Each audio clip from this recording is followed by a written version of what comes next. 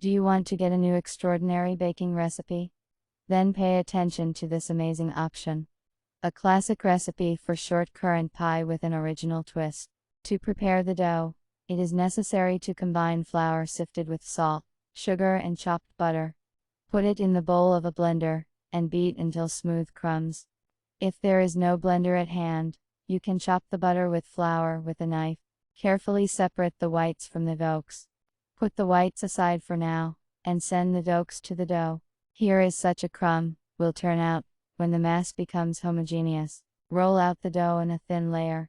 To make it easier to work with it, you can put it between two pieces of food wrap. Prepare a baking dish, and put the dough there. Trim the edges carefully. To keep the dough in its shape, put something heavy on top. In the recipe for making a shortbread cake with currants for these purposes, you can use cereals or legumes, for example. After they can be poured into a separate jar, and they will come in handy more than once. In the preheated oven, send the mold for 7-8 minutes, and then remove the weighting, and send it back to the oven for another 8 minutes. Then you can do the filling. Wash the berries, dry them. You can take frozen ones, and combine them with starch and powdered sugar. Mix everything carefully.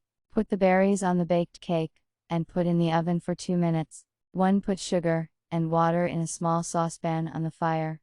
After boiling, cook the sweet syrup for about 10 minutes. 1. Beat the whites into a dense foam, and then gradually pour in the syrup without turning off the mixer. 1. Put the whipped whites on top of the berries, and put them back in the oven for just a couple of minutes under the grill. 1. When the ruddy shade of peaks appears, the currant pie is ready at home. After cooling down a little, you can serve it to the table.